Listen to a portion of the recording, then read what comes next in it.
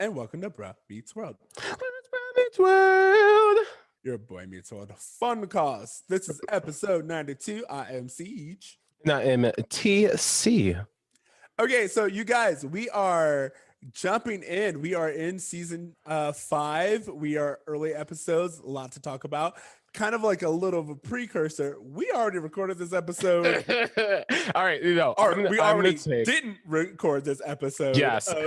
I'm going to come up here and say, hey guys, we literally tried to record this episode. I realized I did not push the record button on Zoom midway through our conversation. So we're going to jump back in this and we're going to start fresh. But I guarantee you guys, this is an episode you want to hang out for. We have a lot of hot takes. Absolutely. And then also the only reason why I mentioned it is if we happen to refer to something that you're like, they didn't talk about that before, just know that we have had this conversation. We're so sorry.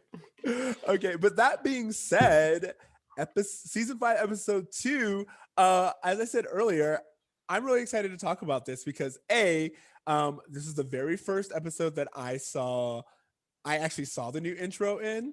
And yes. Very much as we had spoken about before, is in this new episode, this new intro, I like this evolution. I like that we have Jack in it now. There's camaraderie, there's brotherhood. It feels more candid and it feels very much in the spirit of this particular episode, which is like a real world episode where it's more B-roll footage than it is. I mean, yeah, they're clearly on a back lot somewhere, just like bullshitting around. Someone threw water on someone and thought it would be a fun gag. And I actually heard Ben talk about filming this, where he said that they really didn't even know that people were filming it for this purpose.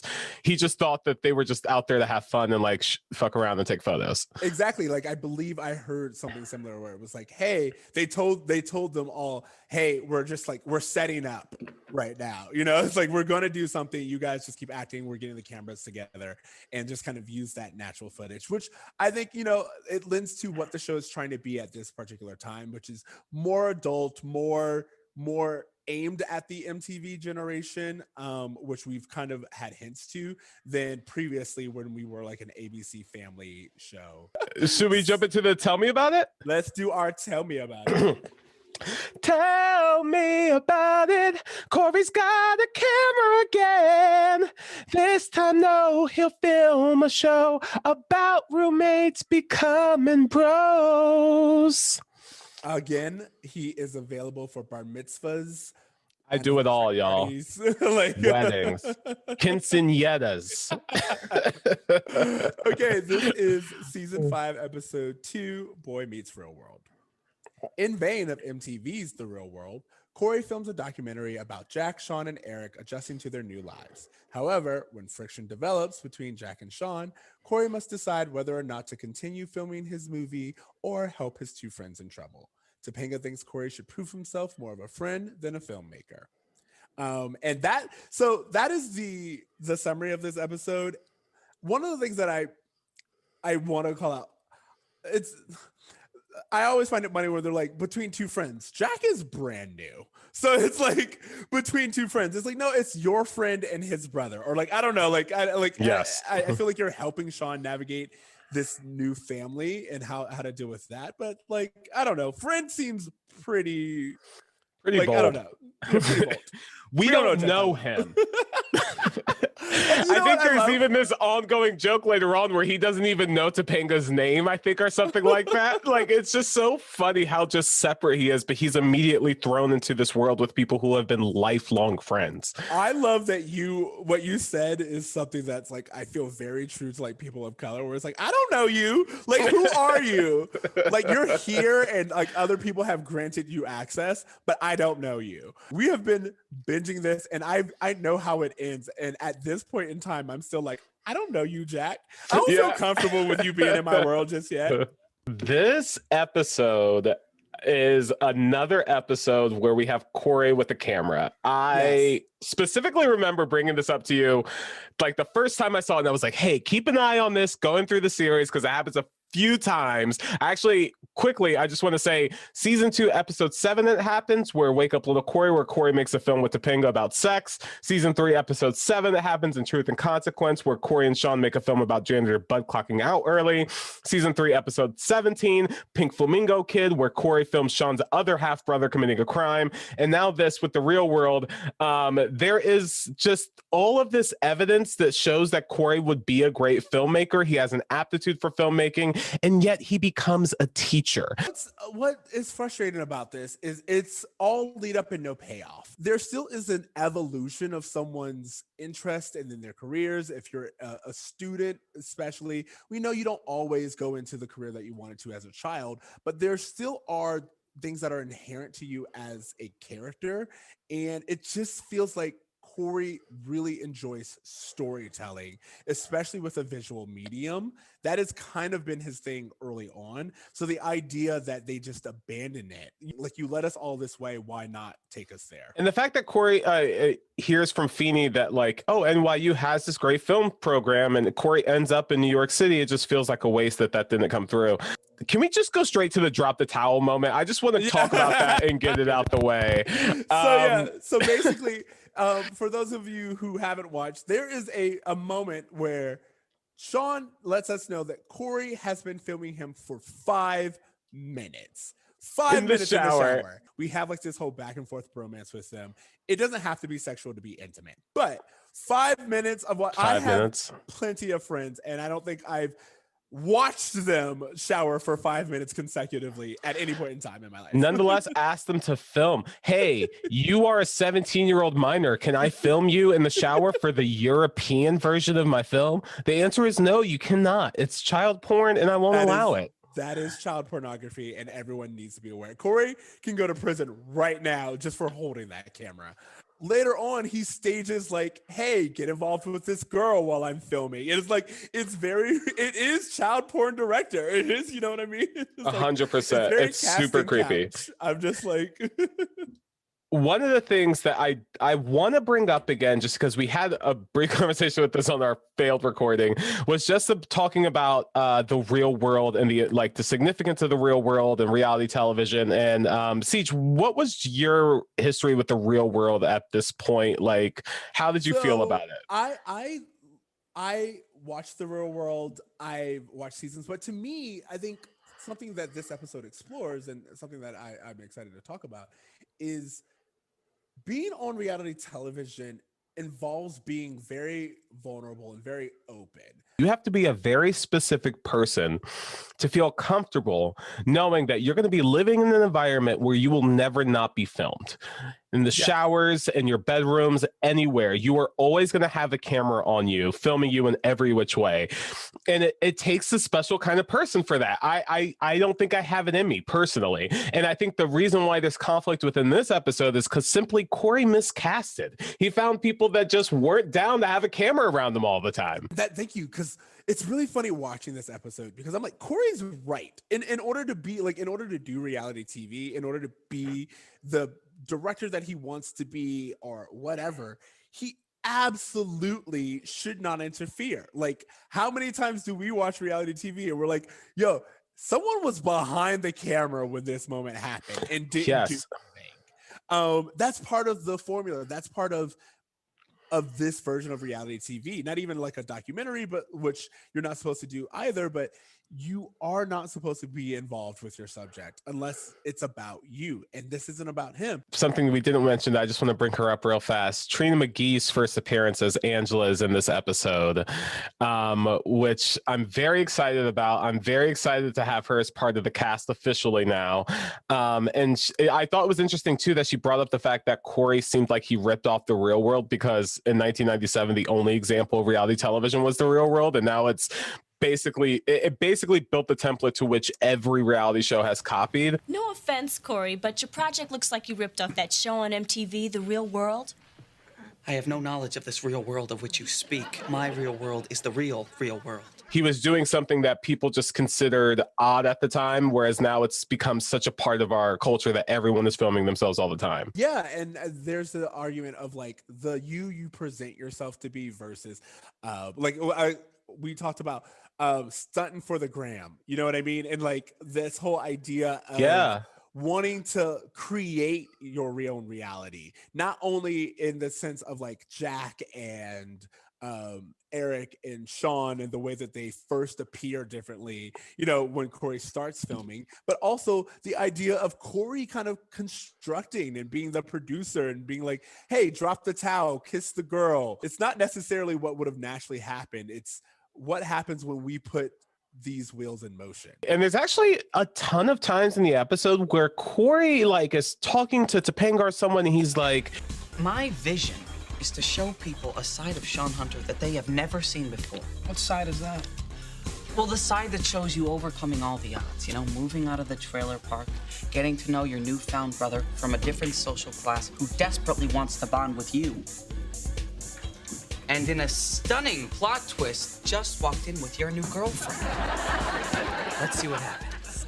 he seems to have like a very firm understanding of the emotional stakes of all the characters, but can't see how he himself is creating conflict with his own friendship with Shawn. Because Cory is not great at self-reflection. Like that's one of the signatures of Cory is he is not great at looking at himself and being like, maybe I'm the problem.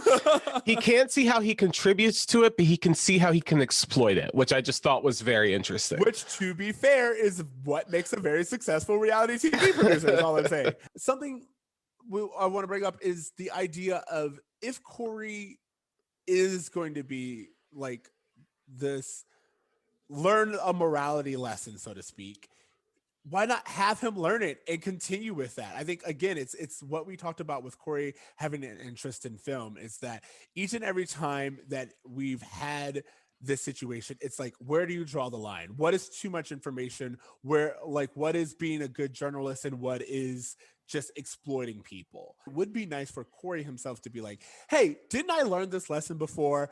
This is just like the last time with Janitor Bud. And maybe some things don't need to be on film. Maybe some things, maybe I can create a story and drama outside of this and not necessarily put someone else's life on blast. It's interesting because in like the Truth and Consequence episode, Janitor Bud didn't know he was being filmed, and the Pink Flamingo kid, Shawn's half-brother, didn't know he was being filmed. Jack, Eric, and Shawn all willingly signed up for all of this. So I really don't know how much of this is like Cory like contributing, or like even the pressure Topanga puts on him to like help isn't, I don't even know necessarily his responsibility to, but I can understand the inner conflict of it all. Okay. Do you have anything you want to say? Because I do want to bring up our roll call. Yeah, let's go ahead and go to the roll call because there's a lot to talk about. Roll call. We have Trina McGee Davis, who is Angela, making her first appearance. I was like, yes, get that check, girl. This was clearly something where they were like building up to it. They wanted us to know that she was in the class. She is sitting next to Shawn as if to imply that that's how they met to start dating during Shawn's like 2-week rule or whatever. Exactly. So like, I get that. But also I was like, is this the first Black color person speaking character we get? Student, because I know we had Eli, but I think this is the first student we get outside of Third Seat Kid, or at least it's go ahead. Ceej, I was just going to say Philadelphia actually does not have a lot of Black people, so that's just one of the well-known facts that we all know to be true, so that can explain why that's the case. Yeah, I was like, it's noticeable as a person of color to be like, oh shit, Black people are talking. Totally. Then who else is on our roll call? Larry. Ryan Giselle, who plays Larry, and Larry plays Eric. And I want to talk about Larry because there are a lot of implications about Larry that just need to be addressed. Number one, Larry, a grown-ass man, is friends with his little sister's little sister. I'm sorry, his little sister's friend, who herself is not even in the double digits. So, problem. Why are you hanging out with this child? Why did you meet this child? How long are you with this child one-on-one? Like, I don't understand what's going on here. I'm very confused and I'm very concerned. For those who haven't seen the episode in a while, I just want to say that to remind you, Larry is the brother that Morgan rents from her friend to take Eric's place while he's gone. And Ceej brings up a lot of good points about how much one-on-one time this guy is spending with this girl unsupervised, because it seems as though Morgan just pay the guy to just hang around her all the time and her parents are fine with it. Yeah, this is what I'm saying. Sorry, we've just discussed child pornography with Cory and what he's doing. You cannot tell me that this isn't creepy to have I have a friend who has like a teenage daughter, and even I'm like, yo, why would I be alone with this kid for any extensive point in time? I need a reason to be alone with this kid. Don't just leave me alone with a child for no reason that I don't know. Like, that just doesn't make sense to me. And like, that's what I'm really, really curious about it. And then later on, we find out he stole, and it's like, yo, like, there's just so many implications. And there's so many. He adapts naturally to being part of the family, and they just let this happen. And I was like, white people will absolutely let a stranger into their house to pretend and eat their food, and he's just hanging out playing Barbies with, and he stole a bunny bear. Like, he stole a stuffed bear, which was the creepiest thing of it all, like something for his collection. Yeah, I don't know. Like, I'm freaked out. I've been watching a lot of Netflix documentaries, and all of this is just red flags for me. Thank you. That's my point. I just want to point out the most dangerous of men are white men. I just statistically, you could have a problem with it if you want to. Statistically speaking, single white men are the most dangerous. So we should definitely be keeping our eyes on this situation. I will not lie, as creeped out as I was, he was cute to me. He was cute. But again, if Netflix documentaries has taught me anything, it's to definitely look out for the cute white guy who just showed up out of nowhere, who everyone seems to be okay with. Who has a collection of teddy bears. I want to talk about Jack and Shawn's conflict a little bit. The main conflict of the brothers in this episode is that the girl who was making out with Shawn in his towel, gives him her number. Turns out she was looking for Jack. Later on at Chubby's, Shawn sees Jack on a date with her. Shawn talks to Jack about it, and then Jack's like, oh yeah, it's no big deal. We went to dinner and a concert, and now we're just here for dessert. And Shawn immediately, I guess, exposing some kind of financial insecurity, is like, whoa, I can't even compete with that. She's yours. Like, I can't compete with dinner and a concert. And one of the things I want to talk about, which I thought I really appreciated, was Jack's response to Shawn in that moment, because it would have been so easy for him to kind of blow him off and just be like, look, I'm on a date, dude, you're killing my vibe or whatever. But he's like, hey, Shawn, like, there's no animosity between us. If you want to talk, I can send her home, and me and you can like talk this out, brother to brother. I just thought that was a really nice move on Jack's part during a time where Shawn was showing a lot of vulnerability. What I saw immediately was Shawn's insecurity of not being chosen. Like, the idea of not being constantly from his family, Shawn is not chosen. He's not chosen by his mother, who decided to leave. He's not chosen by Chet, who not only left him, but then again, the moment he had an opportunity, pawned him off on Jack. Jack himself, as far as Shawn knows, Jack also doesn't choose him. No one in his family chooses Shawn. So for me, there was like this huge insecurity about not being chosen and being left behind. And we've seen little flashes of that, but it felt very, very obvious in this scene, because like, even when we were talking about the girl, he's like, oh, where can I compete? She won't even give me the time of day when she sees what you have to offer. And I thought that was really something that I wanted to bring up, because obviously Shawn would have these insecurities, and it is something that would plague him. But I also like how you said Jack responded with, yo, I'm here for you. I'm here to have a brother. I didn't know about those letters. And I honestly and genuinely want to have a family. Totally. And one thing I just want to bring up about, just before we move on to that final scene where they kind of reconcile, is, we're seeing Shawn kind of express these financial insecurities, and we keep hearing all these talks about how Jack is this rich kid and his father pays for stuff, but Jack takes the time to let Shawn know that he's like, hey, I work every summer for my money. I'm also taking student loans out for school. So the question I have is he rich, or is he just rich to Shawn? Oh, absolutely. Because like he says that Cory grew up with money, doesn't he? He said something along those lines. Yeah, but like that's what I mean is the Jack's upbringing, was it so different from Cory's, or was it just that even Cory is rich to Shawn? Well, I think like I will say we don't know, because he's never made out to be like a Vanderbilt, or like I'm trying to think of like Muffy from Arthur. Like, there's always like that one character, BB in Doug. There's always that one character who's like, oh, you're the rich character. Your whole thing is like, it's not like your family is well-to-do. Your family owns the town or something like that. Yeah. And that's not Jack's character. It does seem like Jack just grew up in an upper middle class family. I was a little curious, so I went to the National Center for Educational Statistics. The average cost of universities in 1997 for the 1997-1998 school year was $6,351 for the year, which, by the way, I'm angry about that. Like, we don't need to go down this whole conversation, because I'm sure we will at some point in time in the season. But I don't think people truly understand, especially older individuals, truly understand how much the cost of an education has gone up.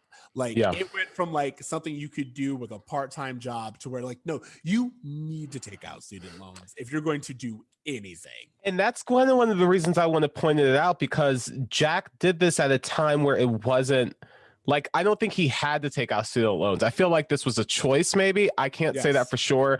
But, I kind of did the math. And if he spends 3 years at college, which is what he ends up doing, it ends up being around $20,000. If he goes on to do a 4th year somewhere else after the show finishes, it's $27,000. So I just wanted to throw that out there just so we can get an idea of like where Jack is coming from financially in 1997, that, maybe he can have his father pay for this, but he also feels comfortable that he'll be able to pay back this money very easily. The whole point of that scene is to show Shawn that I may be well off, or I may have had a different life than you, but I'm not just in here to coast. I don't need you to be here.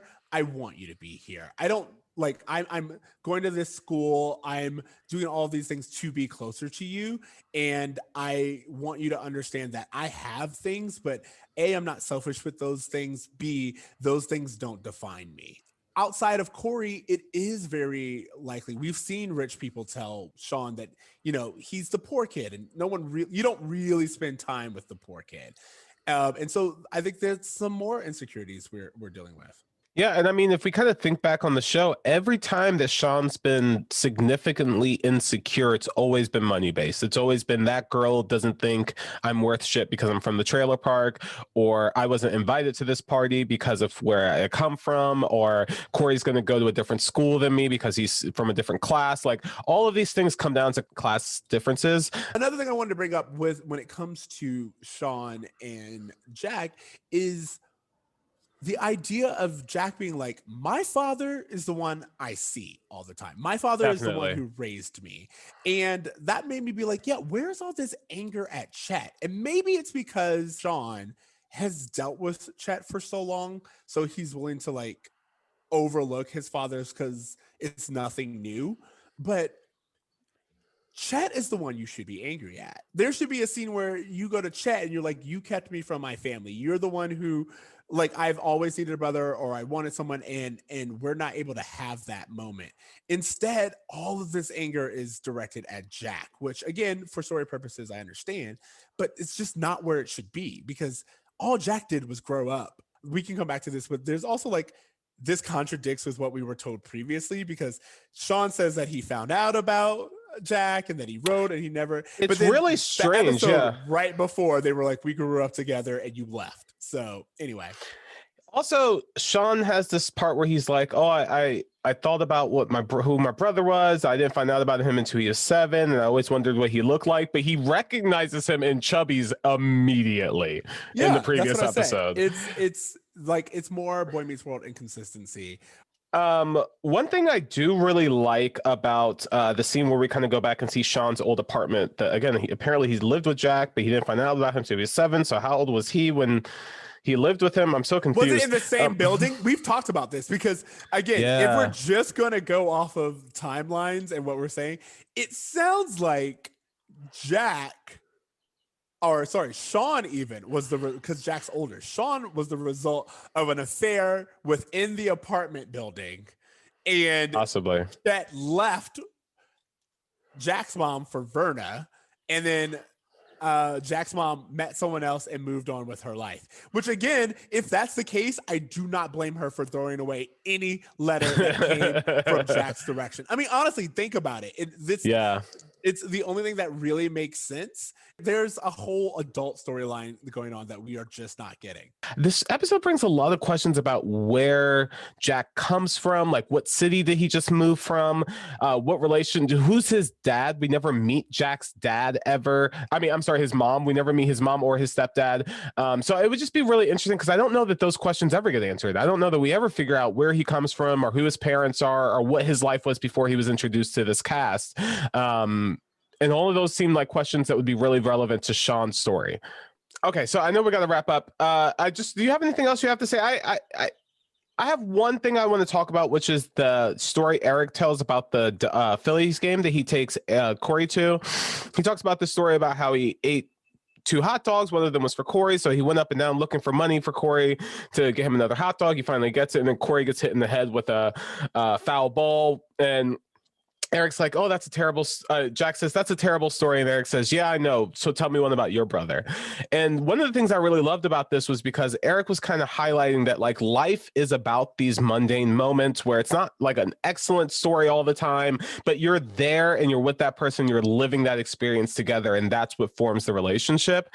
And so to challenge Jack to just simply spend time with his brother and do something is the way you build a relationship versus kind of waiting for kind of everything to fall into place. And I thought that was a really good discussion that Eric had, considering he's older and he's giving an older brother's perspective. You know, they say in the episode he's 8 months older than Jack. So again, if he's 8 months older than Jack, I just want to say what that means about family dynamics and parents and timeline. That means when Jack was 1 month old, Chet stepped out on Jack's mom. Yeah, That's totally. Literally all that could mean. But anyway, thank you. That's perfect because that leads me to my Feeney taught me. And in my Feeney taught me, I said that a relationship is not inherent or automatic, it's built. And I feel like that's what this was supposed to say. Like, you can find that thread in all kind of 3 storylines. When it comes to Morgan and Eric, it's like, yeah, you can't just replace your brother. Like, I know that you miss him and you miss him being around, and your parents even talk about wanting to see more of Eric or wishing that they were there, but you can't just replace him. That doesn't, just because you brought someone in doesn't mean that person will fill that void. And then same thing with Jack and Shawn. It's this idea of just because you are brothers doesn't mean you're brothers. You need to have these moments. You need to have some kind of connection. You need to have some kind of trust and bond or frustrations. Like, you need to be human to each other and more than just ideas. And I think that's what I got from this episode. Absolutely. I got the same thing. I really just thought that the emphasis of building a relationship and having to kind of sort through all of the mess before it gets pretty, I just thought that was a good lesson to tell. Absolutely. And I think we've talked about this before. Usually we're like, what is your bruh moment? My bruh moment is definitely the entire character of Larry, but then also this idea that Cory is pretty much trying to get Shawn to start an OnlyFans. Yeah, there's 5 minutes of footage of a underage kid showering himself somewhere. So that's my breath thing as well. One thing I quickly want to mention just before we move on to grades is that the final sequence of the house, they're kind of talking about, Cory has this, Disney's interested in the 3-picture deal bullshit joke. But Feeney says, I'm thinking of putting my house up for sale. Saying, things are just getting too crazy. I thought things would calm down when the kids got older. What's really interesting is that this is such great foreshadowing because that's kind of what the finale ends up being is Feeny saying, hey, I want to retire, I want to sell my house. So it's just the fact that they like threw that in there as a joke now, but the fact it comes back later in the season, I think is really great. Well, I mean, I don't know about that, because we have shown that Boy Meets World wasn't exactly thinking forward. So if anything, that was like maybe one of a more logical conclusion, but I'm not going to give them foreshadowing credit just now. Okay. That's what I got. What grade? Grade? What grade do you have? I'm gonna give this episode honestly, I'm gonna give this episode like a B minus. It was just okay. Oh my god, dude. Same exact grade, B minus. Again, it's just short of great. It has a lot of really good ingredients, but it's not a good meal. And I just don't think it's not an episode I want to watch again. I don't think there was a lot of funny jokes in it. I don't think the story is as interesting. I've seen Cory with the camera a few times, and it seems to be the same story he learns every time. But I think when I was looking at the episodes for this season is that this season really doesn't pick up until Angela gets in. And like the second half of the season is full of like heavy hitter episode after heavy hitter episode. But like this up until like the time like jump episode where they go to World War II, which happens this season, it's kind of full of trash episodes. And I think this is kind of one of the more trashier episodes of the season that we're going to see. Yeah, B minus. Wow, way to sell it. No, I'm telling you, as soon as Angela gets in, we're gonna have so many great episodes to talk about. But until then, I just feel like we're gonna see a lot of so-so episodes. Okay. How about homework? Yeah, I'll go ahead and throw out a shout out for this movie called Promising Young Woman that I saw recently. Ooh, I've wanted to watch this. Dude, if you've seen the trailer, if you've seen this movie, it's out for rent. Please watch it. I wasn't prepared to talk about it, so I don't have any of the stats about it of who directed or who's in it. But the story is just simply about a woman who is kind of on revenge against these men who take advantage of women, and it is just such a fantastic movie for this. For this moment, and the fact that it kind of goes into who is a nice guy and who isn't a nice guy, and it's just a phenomenal film about women and their approach to men's bullshit. And so I would just highly recommend it. I don't want to give anything away about this movie, but it's just very, very, very good. And in fact, there was a few moments in this episode where I'm starting to notice this nice guy trope. Yes. And like this movie is all about the nice guy trope, that I'm not those other guys. I'll actually take you home, but if you're drunk, I might give you another drink if it means I might get lucky. Like those kind of assholes. So yeah, definitely check it out. It's streaming almost everywhere. And yeah.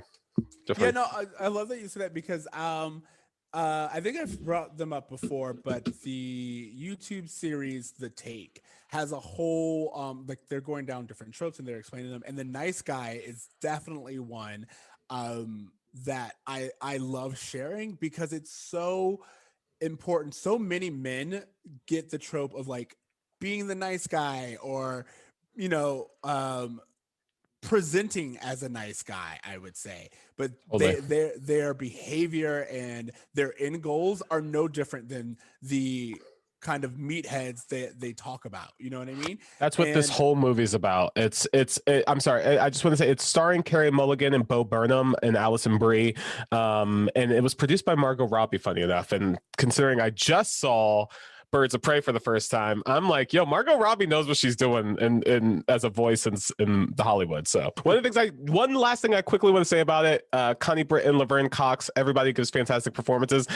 Jennifer Coolidge, who you might know as the stepmom from Cinderella Story, has a dramatic performance in this movie that's phenomenal. Like, she is always considered, like, if you can picture her in your head, yeah, Jennifer Coolidge. No.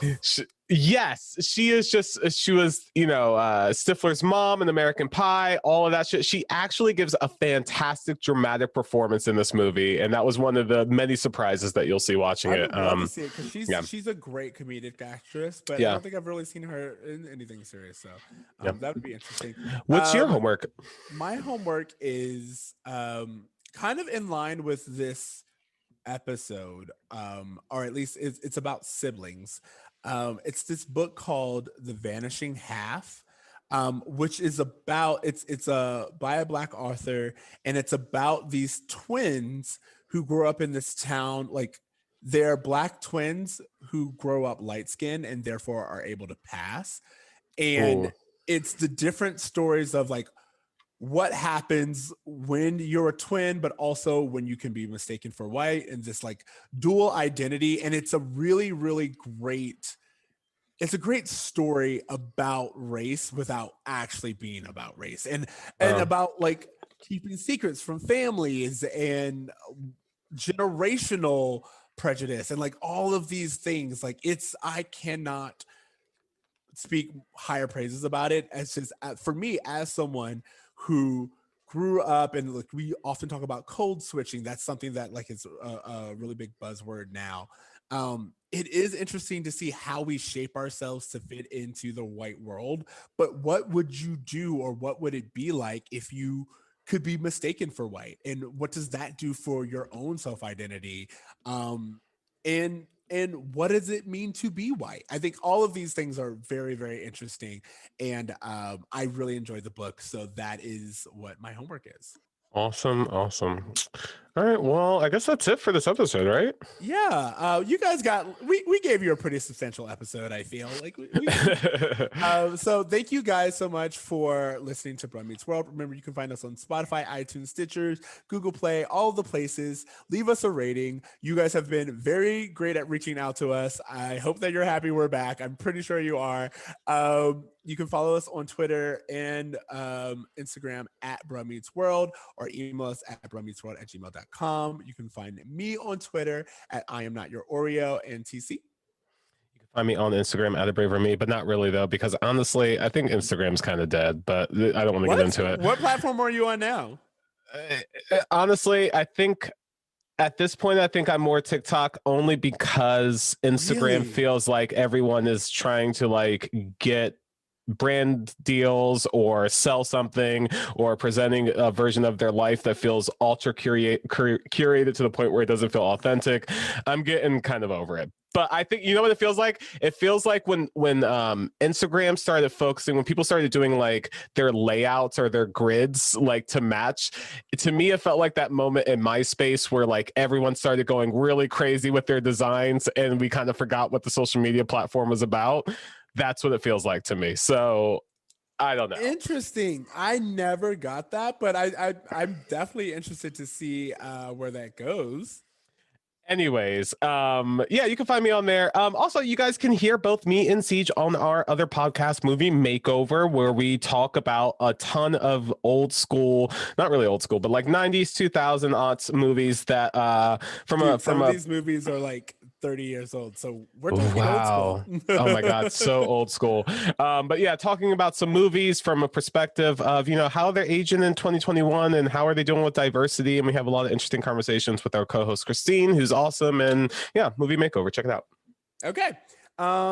Thank you guys. As always, dream, try, and do good. Later, do bruh. some good. Later, bros. When this boy meets world.